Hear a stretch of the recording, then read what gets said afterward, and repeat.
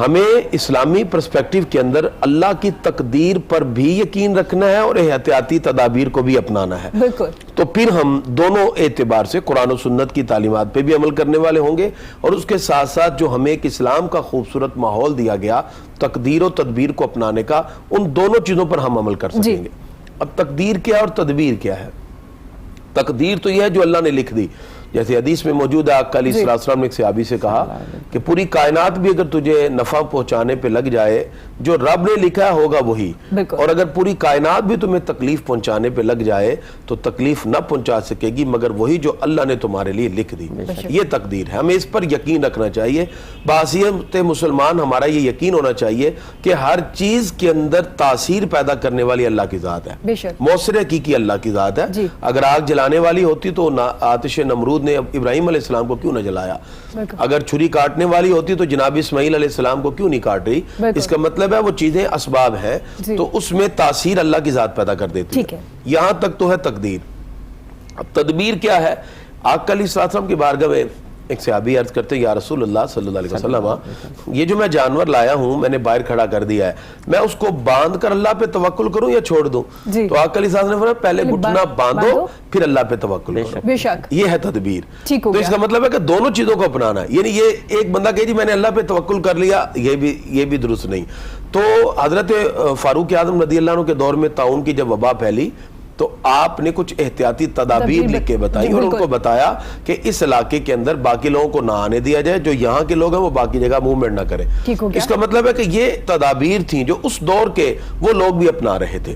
تو میں سمجھتا ہوں کہ آج جو یہ وبا پھیل رہی ہے اس کے جو ہمارا جو سلسلہ کچھ لوگوں کے ذہنوں میں یہ بات ہے کہ بس ٹھیک ہے کوئی بات نہیں ہے, ہم لوگوں کے ساتھ ملتے ہیں, جو اللہ نے لکھا وہ ہو جائے گا.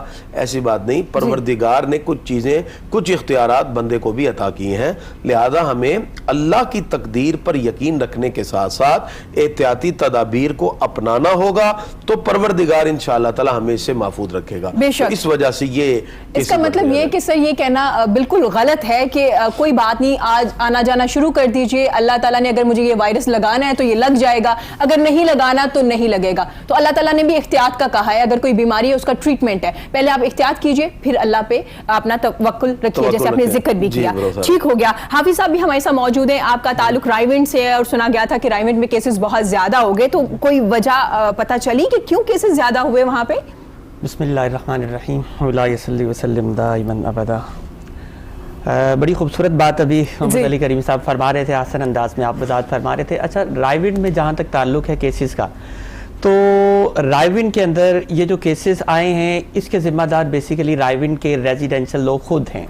دیکھیے, جب ہمیں بار بار کہا جا رہا ہے, تاکید کی جا رہی ہے کہ we should take extreme precautionary measures, لیکن اگر ہم کیئرفل نہیں ہوں گے تو یہ نتائج نکلیں گے. دیکھیے, اگر بتایا جا رہا ہے ہر چیز پہ, بڑے خوبصورت وضاحت فرما رہے تھے کہ دیکھیے شریعت بھی ہمیں احتیاط کا درس دیتی ہے. شریعت بھی ہمیں کہتی ہے کہ آپ دیکھیے احتیاط کیجئے, کیونکہ جان بچانا فرض ہے, جان بچانا فرض ہے. تو فرض کی جو فرضیت کی درجہ ہے وہ اولین ہے, تو اس لیے ہمیں بہت زیادہ کیئرفل ہونا چاہیے. رائیونڈ میں جہاں تک تعلق ہے اس کے بھی رسپانسیبل میں سمجھتا ہوں رائیونڈ کے سٹیزنز خود ہیں. انہوں نے جب مارکیٹس کھولنا شروع کی, حکومت کے آرڈرز کے اگینسٹ جب ان لوگوں نے چلنا شروع کیا, تو نتیجہ پھر دیکھ لیجیے آپ کے سامنے ہوا. ٹھیک ہو گیا. تو اس کا مطلب احتیاطی تدابیر یا گورنمنٹ کی طرف سے جو آپ کو اویئرنیس دی جا رہی ہے اس کو فالو کیجئے, کیونکہ وہ آپ کے لیے, کیونکہ یہ مرض صرف آپ کو نہیں لگتا, آپ کی وجہ سے بہت سے لوگ بھی اسے متاثر ہو سکتے ہیں. سر, ہمارے اسلام میں ہمیں ہمارے رائٹس بھی بتا دیے گئے, ہمارے فرائض بھی بتا دیے گئے, ہمارے حقوق اور ہمارے جو فرائض ہیں وہ واضح طور پہ ہمیں بتا دیے گئے, لیکن ہم ہمیشہ اپنے جو ہے رائٹس کی بات کرتے ہیں کہ یہ میرا حق ہے, ہم نے کبھی اپنے فرض کی بات نہیں کی. انفرادی طور پہ ہمارے بھی کچھ فرائض ہیں, پاکستانی ہونے کے ناطے بھی, مسلمان ہونے کے ناطے بھی. تو مجھے کلیئر بتائیے گا کہ فرض اگر آپ اپنا ادا نہیں کرتے تو مطلب رائٹس کہاں سے مل سکتے ہیں آپ کو؟ ہم ہمیشہ رائٹس کی بات کرتے ہیں. بڑی اچھی بات آپ نے کی اور بڑا اچھا کوسچن اٹھایا, اور یہ اسلام کا خوبصورت ترہ امتیاز ہے. میں سمجھتا ہوں آپ ہسٹوریکل پرسپیکٹیو میں اگر جائیں, دیگر جتنی بھی اقوام نے لوگوں کے اندر ہیومن رائٹس پیش کیے ہیں، جیسے یو این او نے 1948 کے اندر پیش کیے تھے، اس کی 30 شکات تھی، اس کے اندر جو 30 شکیں پیش کی وہ تمام کی تمام صرف انسانی حقوق کو بات کر رہی تھی۔ ہمارے پیارے نبی صلی اللہ علیہ وسلم نے خطبہ حجت الوداع کے موقع پر جو خوبصورت انسانی چارٹر پیش کیا، اس کے اندر رسپانسبلٹیز بھی تھیں اور اس کے ساتھ ساتھ انسان کے رائٹس بھی تھے۔ تو ہمیشہ معاشرہ چلتا ہی حقوق و فرائض کے ساتھ ہے۔ آپ کسی بھی رویے کو، کسی بھی رشتے کو، کسی بھی تعلق کو دیکھیں، اگر صرف ایک حق کا مطالبہ کریں، جیسے ہمارے ہاں کوئی بھی آپ دیکھ لیں، زیادہ تر احتجاج کرتے ہوئے، پروٹیسٹ کرتے ہوئے لوگ کہتے نہیں مجھے میرا حق نہیں ملا، تو سوال کیا جاتا ہے کہ آپ کا حق اگر آپ کو نہیں مل رہا، کیا آپ نے اپنے فرائض پورے کیے؟ رسپانسبلٹیز جو تھیں آپ کی، جو آپ کی ڈیوٹیز تھی، کیا آپ نے اس کو پورا کیا؟ وہ کہتے ہیں ڈیوٹیز کو چھوڑیں، حق مجھے میرا ملنا چاہیے۔ حالانکہ یہ نہ اخلاقی طور پر ہے اور نہ اسلامی یا مذہبی طور پر۔ حقوق و فرائض کے ساتھ ہی معاشرہ چلتا ہے ہمیشہ۔ تو میں یہاں یہ عرض کروں گا کہ عوام اگر یہ مطالبہ کرتی جی ہمیں ہمارا حق نہیں مل رہا، تو یقین حکومت یہ کہہ سکتی ہے بھی آپ نے اپنے فرائض پورے کیے۔ تو فرائض میں یہ بھی تو شامل ہے نا کہ آپ ان چیزوں کو دیکھیں جتنی بھی قومیں ترقی کرتی ہیں، آپ اگر تاریخی پس منظر میں دیکھیں، ہمیشہ وہ معاشرے کامیابی کی طرف جاتے ہیں جو حقوق و فرائض دونوں کا خیال رکھنے والے، بالکل بیلنس لے کے چل رہے ہو، بیلنس لے کے چلتے ہیں۔ تو فرائض میں اور ڈیوٹیز میں اور رسپانسبلٹیز میں یہ سب چیزیں شامل ہیں کہ جتنے بھی لوگ اس وقت عوامی سطح پر ہیں وہ اپنی اپنی رسپانسبلٹیز کو دیکھیں۔ جیسے کہ اب یہ کرونا وائرس ہے، اس کے اندر جو حکومت کی طرف سے احتیاطی اقدامات بتائے جا رہے ہیں، تو ہم پر لازم ہے کہ ہم اس کو اپنائیں، یہ ہمارے فرائض میں شامل ہے تاکہ پھر پرابلم نہ کھڑی ہو۔ اچھا، اب جب ہم ان اپنے فرائض سے صرف نظر کر رہے ہیں تو اللہ نہ کرے، جیسے کل ڈاکٹر ایسوسیشن نے کہا کہ یہ حالت بھی بن سکتی ہے کہ اتنے مریض ہو جائیں کہ ہمارے پاس پھر بیڈز بھی کم ہو جائیں، تو ظاہر اب اس وقت پھر کیا ہوگا؟ یہی لوگ کہیں گے جی ہمیں ہمارے حقوق دیے جائیں۔ جب یہ اپنے حقوق کا اس وقت مطالبہ کریں گے تو ان سے کہا جائے گا کہ آپ اپنے فرائض کیوں نہیں پورے کیے؟ تو میں یہی کہوں گا کہ فرائض یعنی کہ اپنی رسپانسبلٹیز، اپنی ڈیوٹیز کو دیکھیں، پھر اس کے بعد پھر حقوق کی طرف بھی آئیں۔ حقوق و فرائض سے معاشرے چلتے ہیں، زندگی کا ہر خوبصورت رشتہ حقوق و فرائض سے جڑا ہوا ہے۔ معاشرہ تبھی تباہی کی طرف آتا ہے نا جب آپ اپنے فرائض ادا نہیں کر رہے ہو۔ تو انفرادی طور پہ آپ کے، میرے، حافظ صاحب کے بھی تو کچھ ہے نا، ہم ہر وقت کیوں گورنمنٹ کو بلیم کرتے ہیں؟ یہ جو سچویشن ہے اس میں آپ کو نہیں لگتا تنقید سے زیادہ ہم لوگ اگر اپنے فرائض ادا کرنا شروع کر دیں تو چیزیں کافی حد تک کنٹرول میں آ سکتی ہیں؟ بالکل، دیکھیں نا، اب جیسے چند لوگ بیٹھے ہیں، ان میں سے ہر ایک بندے کا دوسرے پہ حق بھی ہے، دوسرے کا فرض بھی ہے۔ یہی حقوق و فرائض میں والدین کے حقوق ہیں، اولاد کے فرائض ہیں، اولاد کے حقوق ہیں، والدین کے فرائض ہیں، بیوی کے حقوق ہیں تو شوہر کے فرائض ہیں، شوہر کے حقوق ہیں تو بیوی کے فرائض ہیں، بھائی کے حقوق ہیں تو بہن کے فرائض ہیں، بہن کے حقوق ہیں تو بھائی کے فرائض ہیں۔ یعنی کہ آپ اپنے ہمسائے کی طرف دیکھیں، آپ کا حق ہے تو اس کے فرض، اور اس کا حق ہے تو آپ کا فرض۔ اسی طرح ہم آپس میں بیٹھے ہیں، آپس کے چند لمحے کے لیے یہ جو اللہ رب العزت نے ہمیں 10 منٹ کے لیے بھی اگر ہم نشینی دی ہے، اس میں سے بھی ایک دوسرے کا حق اور ایک دوسرے کا فرض کا خیال رکھا جائے۔ اگر یہ ساری چیزوں کو ہم دیکھیں، لیکن اب جس وقت یہ وبا پھیل رہی ہے، ہمیں نہیں پتا کون سا کورونا کا مریض ہے، تو ہم اس میں بھی احتیاط کی طرف آئیں۔ جس طرح کہ مصافحہ کرنے سے منع کیا، شیک ہینڈ نہ کریں۔ اب دیکھیں ان دونوں چیزوں کی طرف بھی، حقوق کی طرف بھی دیکھیں اور فرائض کی طرف بھی، میرے خیال سے اگر اس طرح لے کے چلے تو معاشرہ خود بخود بہتری کی طرف بھی آتا ہے اور کامیابی ہے۔ سر، آپ نے بڑی خوبصورت بات کی مصافحہ والی، میں اسی طرف آنے والی تھی۔ جیسے کہ یہ کورونا وائرس آیا، کیونکہ ہم لوگ مسلمان ہیں، ہم لوگ بڑے اچھے طریقے سے ایک دوسرے سے مصافحہ بھی کر رہے ہوتے ہیں، اور چونکہ ڈاکٹرز کی طرف سے، WHO کی طرف سے اور گورنمنٹ کی طرف سے کہا گیا کہ آپ تھوڑا ڈسٹینس رکھیے، جس کو فزیکل ڈسٹینس کہہ سکتے ہیں، سوشل ڈسٹینس تو نہیں ہے جی جناب، کیونکہ ہم تو رابطے میں ہیں تمام لوگوں کے ساتھ۔ تو سر، کچھ لوگوں کے ساتھ جب شیک ہینڈ کرنے سے، مصافحہ کرنے سے منع کیا گیا تو آگے سے لیکچر دیا گیا کہ اگر آپ مسلمان ہوتے نا تو آپ میرے ساتھ مصافحہ کر لیتے، ٹھیک ہے نا، تو آپ کا جو ایمان ہے، معذرت کے ساتھ کچھ لوگوں کی میں بات کری، میں تمام لوگوں کی بات نہیں کری، تو آپ کا جو ایمان ہے نا وہ بڑا کمزور ہے۔ تو سر، میں آپ کی رائے لینا چاہوں گی، کیونکہ اگر آپ بات کریں گے تو لوگ، آپ کے فالوورز ہیں، وہ آپ کو سنیں گے۔ جب ایک اسلامک اسکالر یا مسجد کا امام جو بات کرتا ہے ان کی بات زیادہ سنی جاتی ہے ایز کمپیئر ٹو میری یا کسی اور کی۔ تو سر، میں چاہوں گی کہ اگر مصافحہ کے بارے میں کہہ دیا گیا کیونکہ یہ ٹرانسفر ہو رہا ہے نا ایک انسان سے دوسرے انسان میں، تو یہ کچھ وقت کے لیے جو وائرس ہے اس میں کیا کرنا چاہیے؟ دیکھیں یہ ایمان کی کمزوری کی بات نہیں ہے. دیکھیں اگر کوئی شخص مسافہ نہیں کر رہا وہ احتیاطی تدبیر کو اپنا رہا ہے. میں اس میں سے 2 باتیں عرض کروں گا کہ دیکھیں ہم تو ایک عام لوگ ہیں نا, انبیاء سے بڑھ کر کس کا توکل ہو سکتا ہے؟ بے شک. ٹھیک ہے, قرآن پاک میں جناب حضرت یوسف علیہ السلام کے پاس کچھ لوگ آئے کہ عزیز مصر نے خواب دیکھا ہے کہ 7 موٹی گائیں 7 پتلی گاؤں کو کھا رہی ہیں. قرآن میں پورا واقعہ موجود ہے سورہ یوسف میں. تو اس وقت جب ان سے کہا گیا اس کی تعبیر بتائیں, ان کا تعبیر یہ ہے کہ 7 سال بارش ہوگی غلہ بہت ہوگا, اگلے 7 سال بارش نہیں ہوگی غلہ نہیں ہوگا, تو تدبیر یہ اپنائی جائے کہ 7 سال غلے کو سٹور کیا جائے تاکہ اگلے 7 سال اناج لوگوں کو ملتا رہے. اس کے بعد بادشاہ وقت نے آپ کو بلایا اور آپ کو وزیر خزانہ بنا دیا.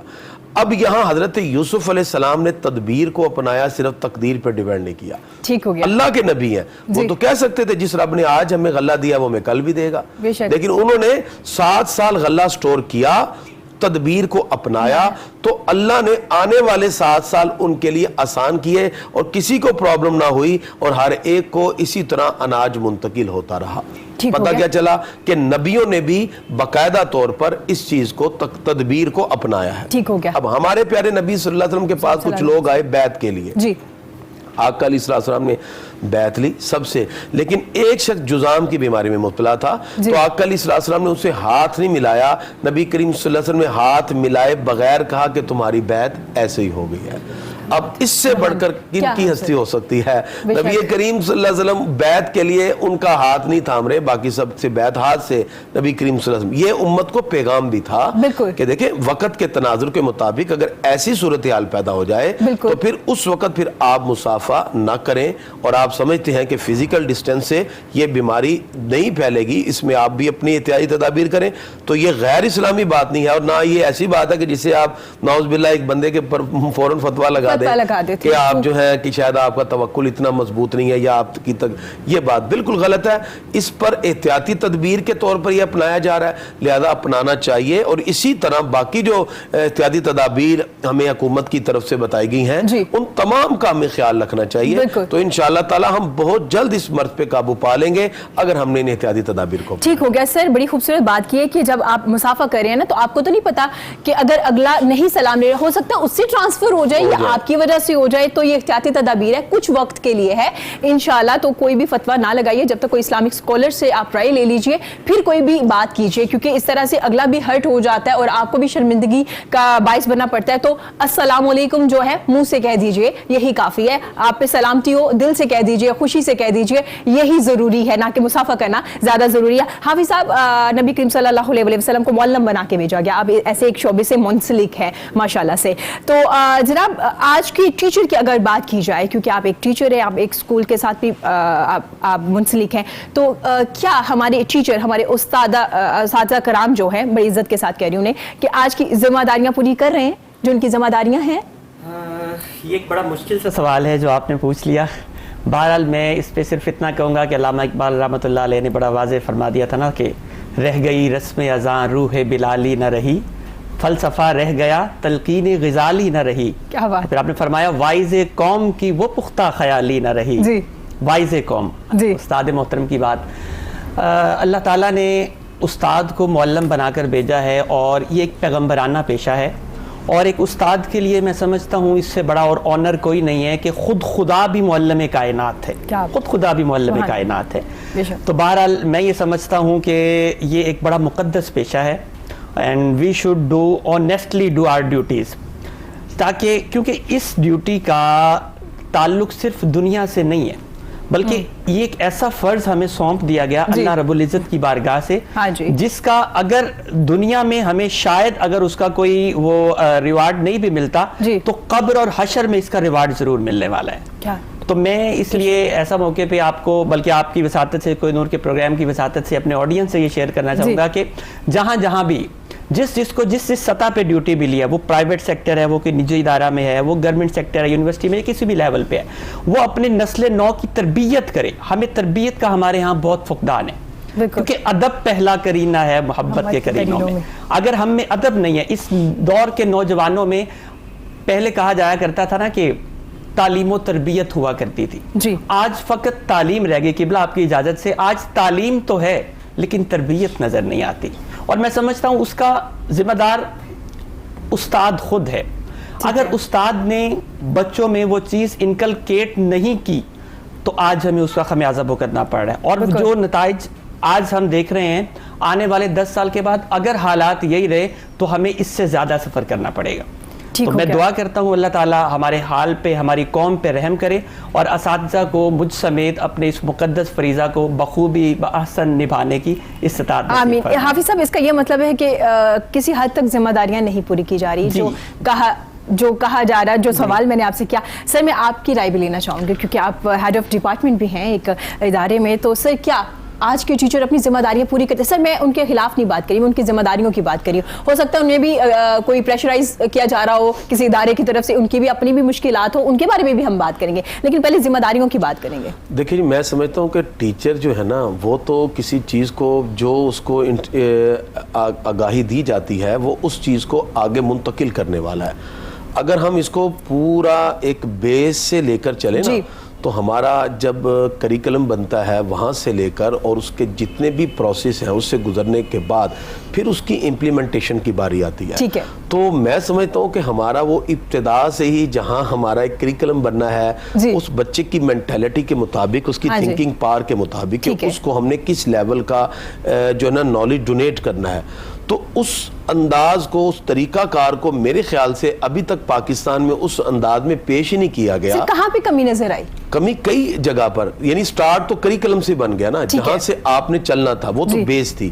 جب اس کریکلم کے اندر آپ نے بہت سی ایسی چیزیں ڈال دیں یا جو اس سے ریلیونٹ نہیں, یا جو بچے کی مینٹیلٹی ہے یا اس کی تھنکنگ پار یا سوچنے کی صلاحیت ہے, ادراک اور شعور اور فہم کی جتنی اس کی صلاحیت تھی وہ وہاں تک نہیں پہنچ پا رہا یا اس کے مطابق ان چیزوں کو نہیں رکھا گیا. اب مثال کے طور پہ آج کل رٹا سسٹم ہے اور ایک نوٹس لا کے اور وہاں تک بچے کو محدود کر دیا گیا, تو میرے خیال سے اس کے اندر جو ایبیلٹی تھی, جو صلاحیت تھی, وہ تو پیدا نہ ہو سکی. تو اس کے لیے پورے سسٹم کو بہتر کرنے کی ضرورت ہے.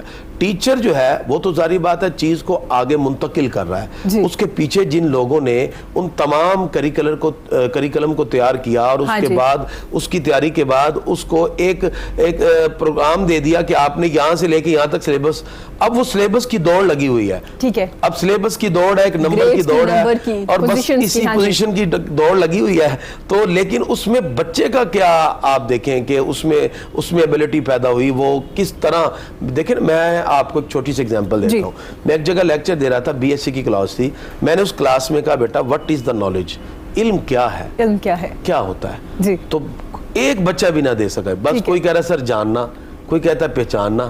اب علم تو یہ اسے نہیں کہتے, اور وہ گریجویشن کا ایک کلاس تھی. تو میں یہاں اس نتیجے پر پہنچا کہ دیکھیں نا وہ میٹرک کے لیول سے پھر انٹر کے لیول سے پھر گریجویشن میں آ کے بیٹھے ہیں, تو صرف ایک رٹا سسٹم ہے, ایک نوٹس ہے یا ایک سسٹم چل رہا ہے, اس کے مطابق وہ اس کو لے کے چل رہے ہیں. اب اس میں آپ قصوروار کس کو کہیں گے؟ کیا ٹیچر تو موٹیویٹ کرنا چاہ رہا ہے, لیکن ٹیچر کے پیچھے ایک پورا ان کا ایک سلیبس جوڑ دیا کہ آپ نے اس کو لے کے چلنا ہے اور آپ نے اس کو 34 لیکچر کے اندر, اس کو 50 لیکچر کے اندر مکمل کرنا ہے. بچے کو کیا صلاحیت پیدا ہوتی ہے اس سے کوئی غرض نہیں. اس کے یہ جو کریکلم بنا کے دیا ہے, ٹیسٹ صحیح ہونے چاہیے, بس اس کا سر اس میں جو ادارے کے آنرز ہے ان کی ذکر کریں گے, یا ایجوکیشن سسٹم میں جو نصاب آپ کا بنا رہے ہیں, اس کے علاوہ پیرنٹس بھی کہیں نہ کہیں کانشیس صرف اس لیے ہے کہ چچا کے بیٹے کے نمبر زیادہ ہیں تو بیٹا آپ کے کیوں نہیں. اگر آپ بڑے اسکول میں پڑھے ہیں, چچا کا بیٹا بھی وہاں پڑھا, چچا پھپھو تائی کسی کا بھی, ایون کے نیبرز کا بھی, تو سر جب ہم فوکس کریں گے نمبرز پہ, گریڈ پہ, تو تربیت تو نہیں ہو پائے گی. ہم تو صرف ڈگری ہولڈرز ہیں, ہم کہاں تعلیم یافتہ لوگ ہیں. جی یہاں ایک تو یہ بات میں نے آپ کو عرض کی نا.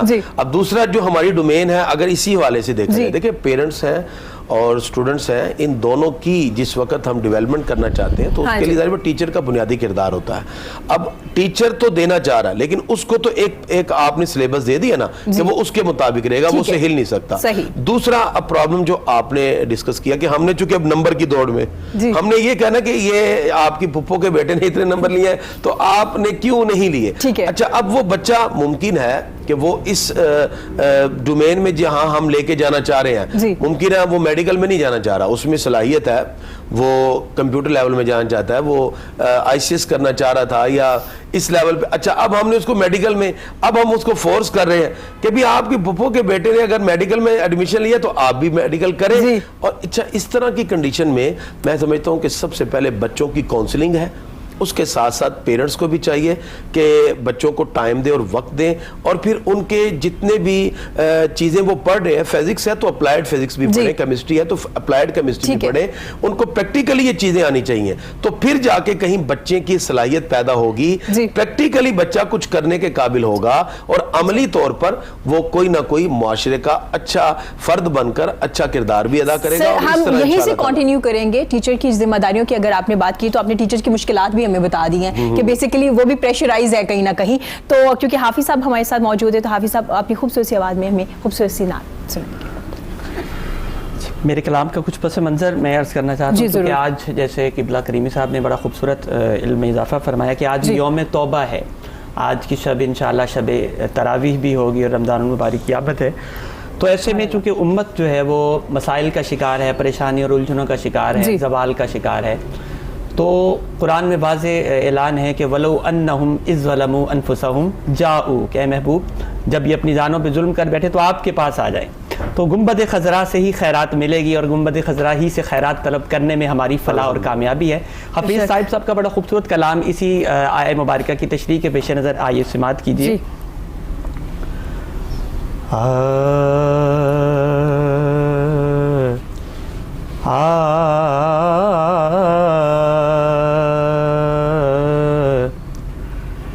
دے تبسم کی خیرات ماحول کو,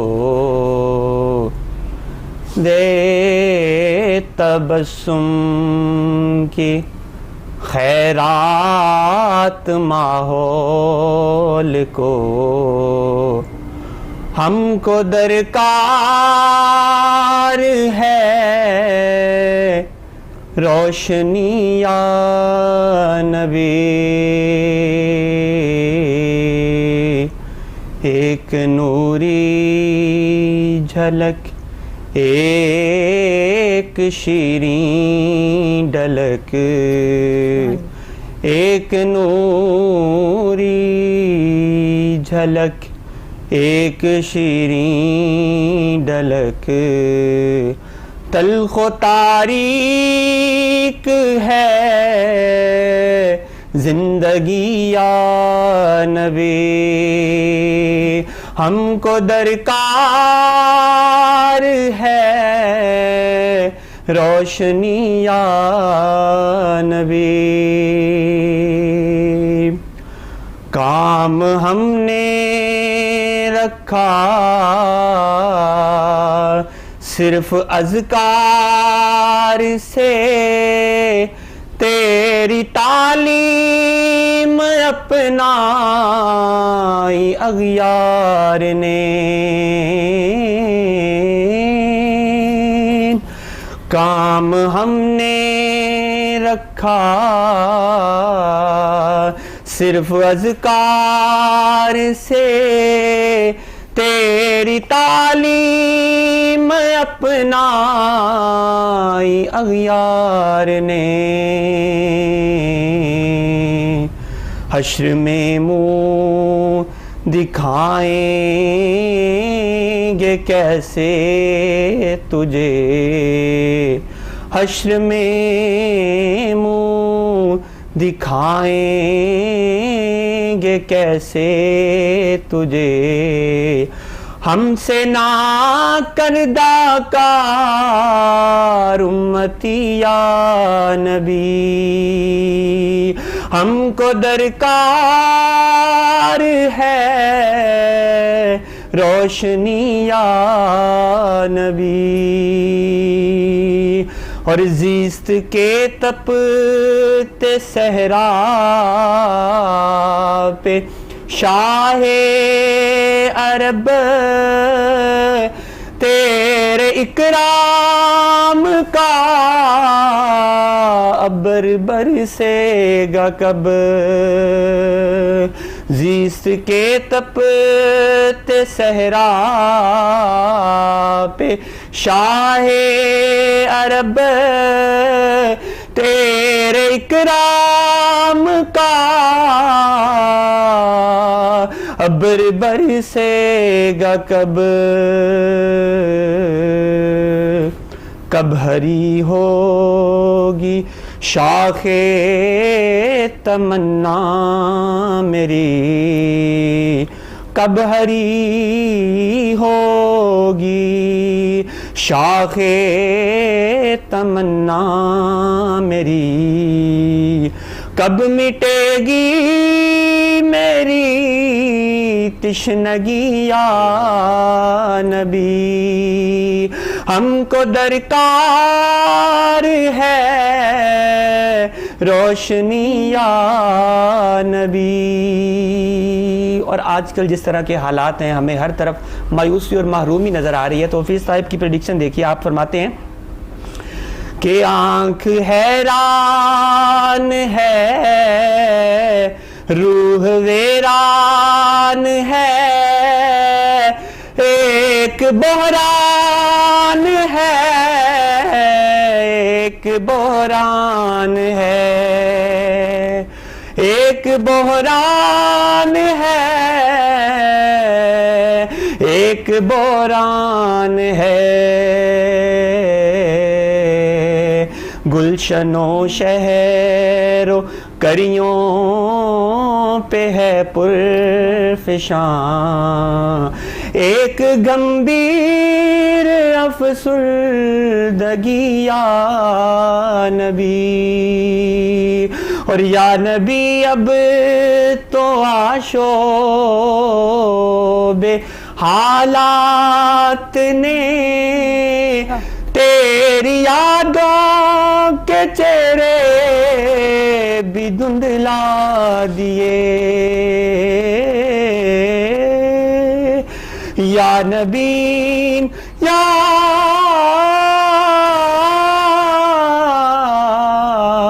نبی یا نبی اب تو آشوب حالات نے تیری یادوں کے چہرے بھی دھندلا دیے دیکھ لے تیرے تائب کی نغمہ گری دیکھ لے تیرے تائب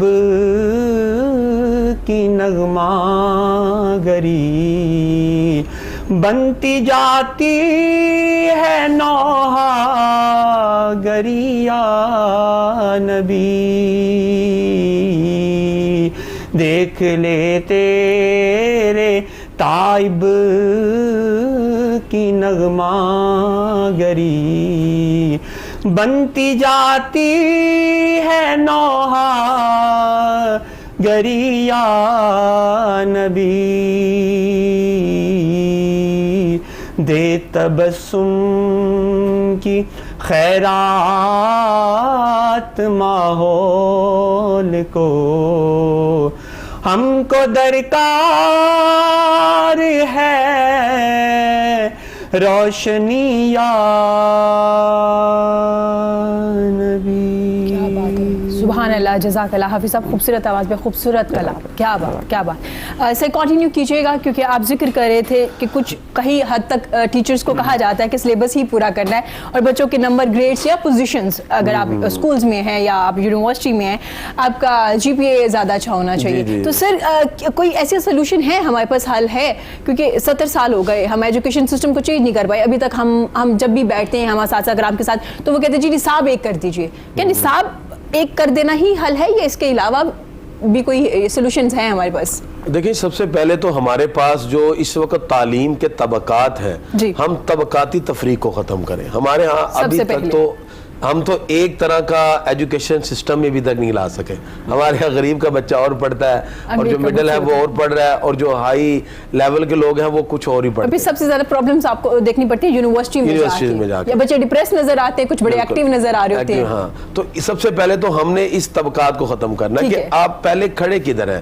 ایک بچہ ہے وہ پورے لاہور بورڈ سے ٹاپ کرنے کے بعد جب کالج لیول میں جاتا ہے تو وہاں کسی اور لیول سے پڑھ کر آنے والا بچہ جب اس کے ساتھ بیٹھتا ہے تو پھر وہاں بہت سے کوسچن مارک کھڑے ہو جاتے ہیں. تو ایک تو ہمیں اس چیز کی طرف آنا ہے کہ ہم کم از کم پوری قوم کو ایک لیول تو دیں کہ آپ نے اس لیول پر اس پیرامیٹر کے مطابق سٹڈیز کرنی ہے, تو اس کے بعد ہی باقی اس کے پھر اثرات ہمیں نظر آئیں گے. سب سے پہلے تو ہمیں یہ چیز کو دیکھنا ہے. اس کے ساتھ ساتھ جو جیسے آپ نے کوشچن کیا تھا نا ٹیچرز کے حوالے سے, دیکھیں اس میں بھی میں چاہوں گا کہ ٹیچر کا ایک بہت بڑا ایک مقدس فریضہ ہے. ہمارے پیارے نبی صلی اللہ علیہ وسلم نے باقاعدہ طور پہ فرمایا انما بعثت معلما, کہ بے شک مجھے ایک ٹیچر بنا کے بھیجا گیا, ایک معلم بنا کے بھیجا گیا. تو اب آپ اندازہ لگائیں کہ کتنی شانیں ہیں ہمارے پیارے نبی صلی اللہ علیہ وسلم کی, لیکن آپ فخر کر رہے ہیں کہ مجھے ایک معلم بنا کے بھیجا گیا. تو پھر یہاں ایک تو میں نے کچھ باتیں کی جیسے سسٹم کو بنانے کے حوالے سے, طبقاتی تفریق کو مٹانے کے حوالے سے کہ آپ چیزوں کو سٹیپ بائی سٹیپ کر کے مختلف طبقات میں نہ بانٹیں. وہاں ٹیچر کی جو رسپانسبلٹیز ہیں وہ بھی ایک بڑا اہم کردار ادا کرتی ہیں.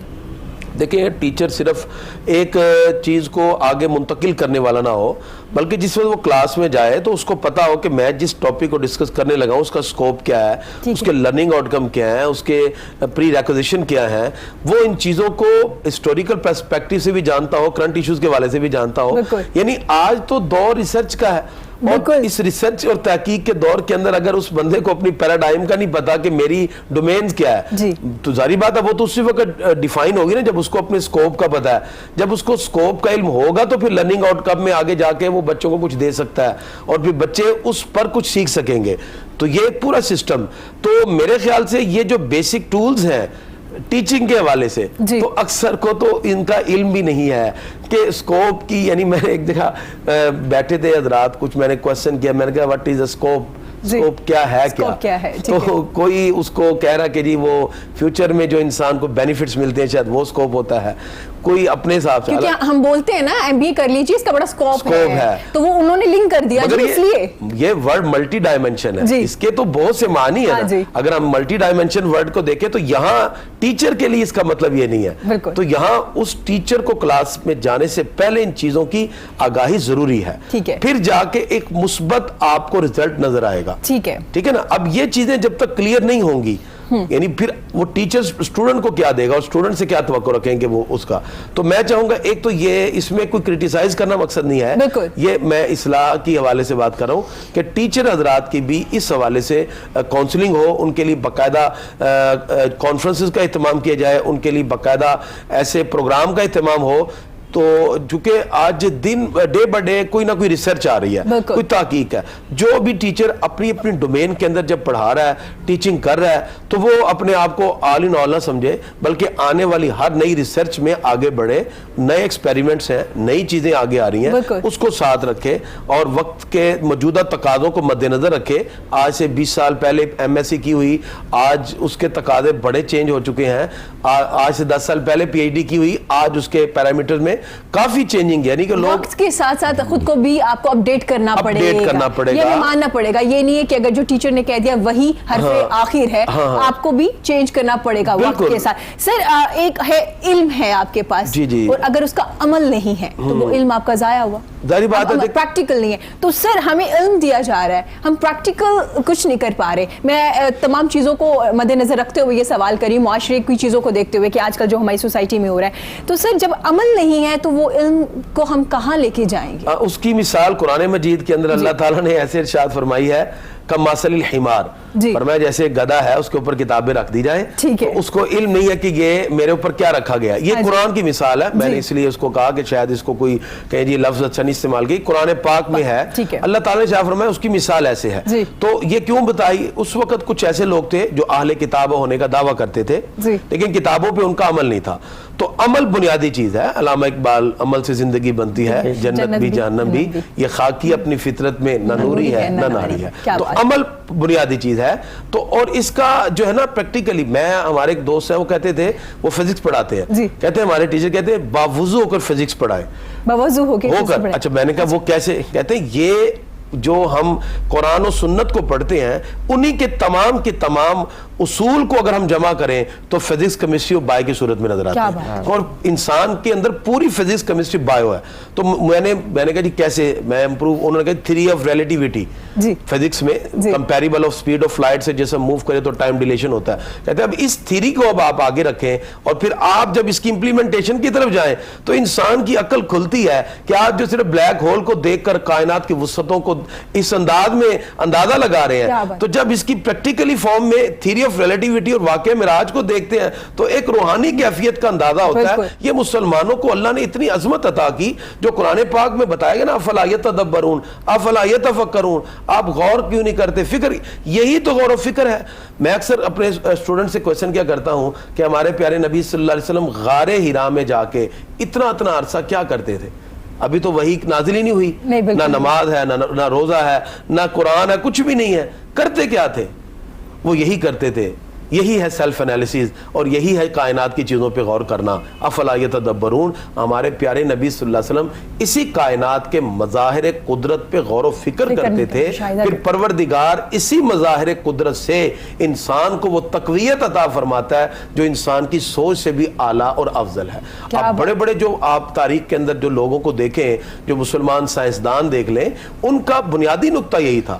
آج صرف ہم کوالیٹیٹیو اور کوانٹیٹیو ریسرچ کے اندر دو اپروچز میں بیٹھے ہیں, ان کی اس سے بھی زیادہ اپروچز تھی, اس سے بھی زیادہ اللہ نے پھر ان کو صلاحیتیں عطا کی اور پھر آج دنیا کے اندر ان کی ایجاد کردہ چیزوں کو بڑے اچھے انداز میں دیکھا جا رہا ہے. ہمیں ہر چیز بتا دی گئی ہے. صرف ضرورت ہے, دیکھیں جتنا غور و فکر کریں گے یہ علم اتنا بڑھے گا, یہ مشاہدات آپ کے اتنے بڑھتے ہیں. تو لہٰذا صرف اور صرف چند چیزوں کی انفارمیشن اور معلومات تک نہ رہیں, فکر, آبزرویشن, مشاہدہ جس کا ذکر کریں, اس کی ضرورت ہے. سر نے اتنی خوبصورت بات کی, انہوں نے جہاں پہ آپ نے ذمہ داریوں کی بات کی, انہوں نے تھوڑی سی مشکلات پہ بھی ہمارا فوکس کروایا. جی بھائی ادھر بھی آ جائیے, ٹیچرز کے کچھ مشکلات بھی ہیں, ان پہ بھی فوکس کیجیے. آپ کیا کہیں گے, آپ ایگری کر رہے ہیں سر کی بات سے؟ سر نے بہت خوبصورت انداز میں وضاحت فرمائی اور بالکل میں 110% ایگری کرتا ہوں سر سے, کیونکہ بینگ اے ٹیچر میں خود بھی اس ڈپارٹمنٹ کا پارٹ ہوں, حصہ ہوں, کہ ہم لوگوں پر بہت سارے ایک وہ پابندیاں ہیں جس کے تحت آ کر جو ہے نا وہ ہم اپنا کام اچھے سے کر نہیں پاتے. اور میں اکثر کہا کرتا ہوں کہ جو پرائیویٹ سیکٹرز ہیں, جو بڑے بڑے برانڈز ہمیں نظر آتے ہیں نا, کریم صاحب آپ کی توجہ, کہ یہ جو بڑے بڑے برانڈز ہیں they are basically businessmen more than educationists. وہ اپنا روپیہ کمانے کے لیے کر رہے ہیں. وہ ہم بچوں میں انکلکیٹ, 1050 میں سے 1049 مارکس آ رہے ہیں جناب, اور آپ ان کا لیول چیک کر رہے ہیں, ان کی مینٹیلٹی اسمارٹ ورک ہو گیا نا, ہم نے لرننگ میں بھی اسمارٹ ورک, ڈیٹیلز کو ختم کوئٹ کر دیا گیا, اور ہم نمبروں کی وہ دوڑ لگاتے چلے جا رہے ہیں. اور وہی چیز ہمارا مارکیٹ میں ڈیمانڈ کر رہی ہے. آپ کسی کو ایکسپلین کرنے کی کوشش کریں, آپ کسی کو, اچھا آپ کے پاس مارکیٹ میں آپ اچھے ٹیچر جب بھی کنسیڈر کیے جائیں گے جب آپ کے شارٹ نوٹس مارکیٹ میں آپ کے پاس ہوں گے, آپ کے سبجیکٹ سے ریلیونٹ, آپ ڈیٹیلز بتائیں, آپ لیکچرز ڈیلیور کریں, وہ نہیں ہوگا. ٹھیک ہو گیا. اتنی خوبصورت آپ نے بات کی, آپ اپنی خوبصورت سی آواز میں کون سا خوبصورت سا کلام سنائیں گے آپ ہمیں؟ بالکل. اور ایک اور بات کا میں اضافہ کرنا چاہتا ہوں آپ کی اجازت سے. قبلہ نے ابھی بڑی پیاری بات کہی کہ قرآن بار بار کہتا ہے افلا یتفکرون, کیا وہ فکر نہیں کرتے, افلا یفقہون, افلا یتدبرون, کیا وہ تدبر نہیں کرتے. تو آپ دیکھ لیجئے, کسی نے کہا تھا نا کہ معراج نبی نے کیا جو راز افشاں, وہ راز فضاؤں سے ہوا پوچھ رہی ہے, پھیلائے ہوئے گوشائے دامان تجسس, سائنس محمد کا پتہ پوچھ رہی ہے. آج سائنس نے جتنی ترقی کی, قرآن کے اور حضور کے دین کے مرہون منت ہے. ہم جس قدر وہ چیزیں جو آج ہم ریسرچ بتا رہی ہے 1400 سال پہلے حضور نے فرما دیا ہے. کیا بات. تو بڑا خوبصورت کلام میں چاہ رہا ہوں کہ آج کے موقع کی مناسبت کے حوالے سے مظفر وارثی صاحب کا لکھا ہوا کلام. جا زندگی مدینے سے جاں کے ہوا کے لا,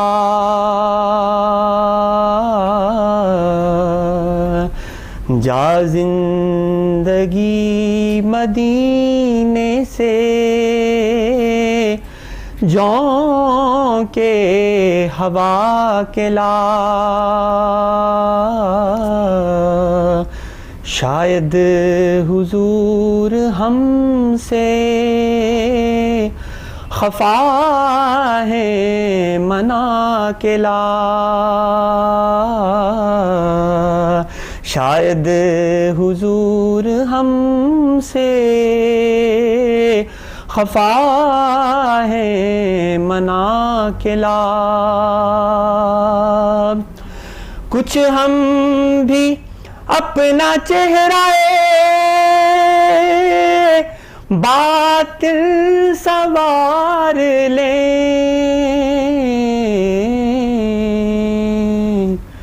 بوبکر سے کچھ آئینے عشق و وفا کے لا، بوبکر سے کچھ آئینے عشق و وفا کے لا، دنیا بہت ہی تنگ مسلمان پہ ہو گئی،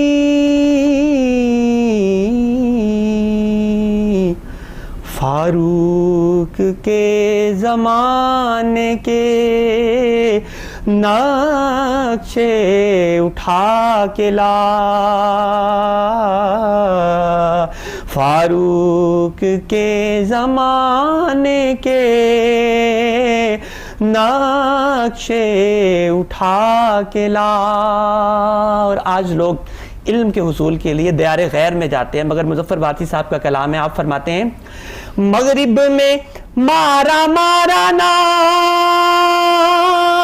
تو پھر اے گدائے علم دروازہ علی سے یہ خیرات جا کے لا، دروازہ علی سے یہ خیرات جا کے لا، انا مدینۃ العلم وعلی بابھا، کون سا علم ہے جو علی المرتضیٰ کے در سے نہیں ملتا، دروازہ علی سے یہ خیرات جا کے لا، باطل سے دب رہی ہے امت رسول کی، منظر ذرا حسین سے پھر کربلا کے لا، منظر ذرا حسین سے پھر کربلا کے لا، اور آخری شعر ہے، آج بہت دعائیں کی جا رہی ہیں، علماء کرام ائمہ کرام مساجد میں جہاں جہاں دعا کر رہے ہیں، اور دعا کا اسلوب کیا ہے، آئیے دعا کہاں سے خیرات طلب کرتے ہیں کہ درکار ہے دعا میں گر تجھ کو عاجزی، تو زین العابدین سے فکر دعا کے لا، زین العابدین سے فکر دعا کے لا، جا زندگی مدینے سے جوں کے ہوا کے لا، شاید حضور ہم سے خفا ہے منا کے لا۔ کیا بات ہے، سبحان اللہ سبحان اللہ۔ بہت شکریہ حافظ صاحب آپ کا، آپ کے قیمتی وقت کا۔ ناظرین یہاں وقت ہوا ہے چھوٹی سی بریک کا، بریک کے بعد حاضر ہوتے ہیں، ہمارے ساتھ رہیے گا۔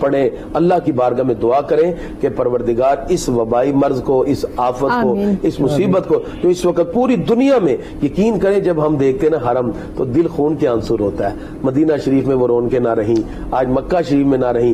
نہ جانے ہم سے کون سی خطا ہوئی کہ اللہ تعالیٰ نے وہ رونقیں, جیسے رمضان آتا تھا تو مدینہ شریف کی بہاریں, مکہ شریف میں نماز تراویح کی ادائیگی, لوگوں کا ذوق شوق سے عمرہ کے لیے جانا, آج دنیا بھر کی مسجدیں ویران دیکھ کے رونقیں ختم ہو گئیں. ہم یہی بات کہ پروردگار ہمیں معاف کر دے, نہ جانے کون سی ایسی ہم سے خطا ہوئی کہ اللہ نے یہ ساری رونقیں ہم سے لے لی. رمضان رحمتوں والا مہینہ ہے, تو یقین کریں میں صدقے دل سے یہ بات کہہ رہا ہوں کہ آج بھی ہم اللہ کی بارگاہ میں سچے دل سے توبہ کریں. اس کی رحمتیں بے قرار ہیں, بے پایا ہیں, یقیناً وہ ہمیں معاف کرے گا, لیکن اس کے لیے ضرورت ہے کہ ہم اپنے دل کے اندر یہ احساس رکھ کے پھر رب کی بارگاہ سے طلب کریں, تو انشاءاللہ پروردگار کی رحمت انشاءاللہ. آج یوم توبہ ہے, جس طرح سے پروفیسر صاحب نے فرمایا کہ گھروں میں موجود ہیں تو نوافل ادا کیجئے, توبہ استغفار کی تسبیح کیجئے, لیکن سچے دل سے توبہ کیجئے. جو گناہ ہو چکے ہیں ہم سے, ہم ان سے توبہ کرتے ہیں اور دوبارہ وہ نہیں کریں گے. اس سچے دل سے توبہ کیجئے. مساجد میں اگر آپ نہیں جا پا رہے تو گھر کو مسجد بنا لیجئے. گھر میں آپ کے بچے ہیں, بڑے ہیں, بیٹے ہیں, ان کے ساتھ بھی آپ جماعت کر سکتے ہیں. اس بارے میں بھی میں سر کی رائے لوں گی, لیکن ہمارے ساتھ جناب بھی موجود ہے, تو سر آپ خوبصورت سی آواز میں اپنا خوبصورت سا کلام یا نعت آپ سنائیں گے ہمیں, پھر میں واپس آؤں گی جناب کی طرف اور پھر ہم بات کریں گے مساجد کے حوالے سے. بسم اللہ الرحمن الرحیم. صلی اللہ علیہ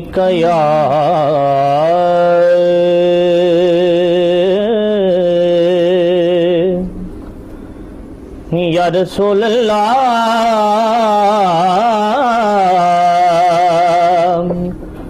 وسلم علیکہ یا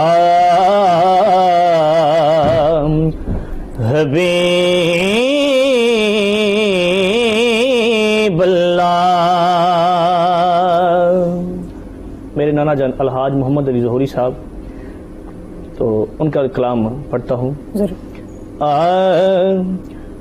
وہ کیسا سما ہوگا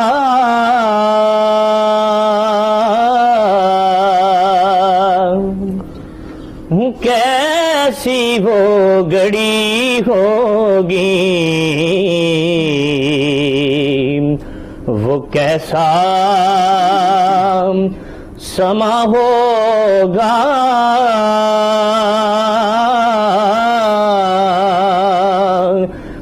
کیسی وہ گھڑی ہوگی جب پہلی نظر کے روزے پہ پڑی ہوگی, جب پہلی نظر کے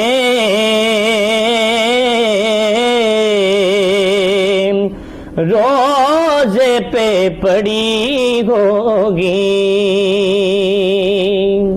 اور قابل غور شعر ہے, یہ کوچے جانا ہے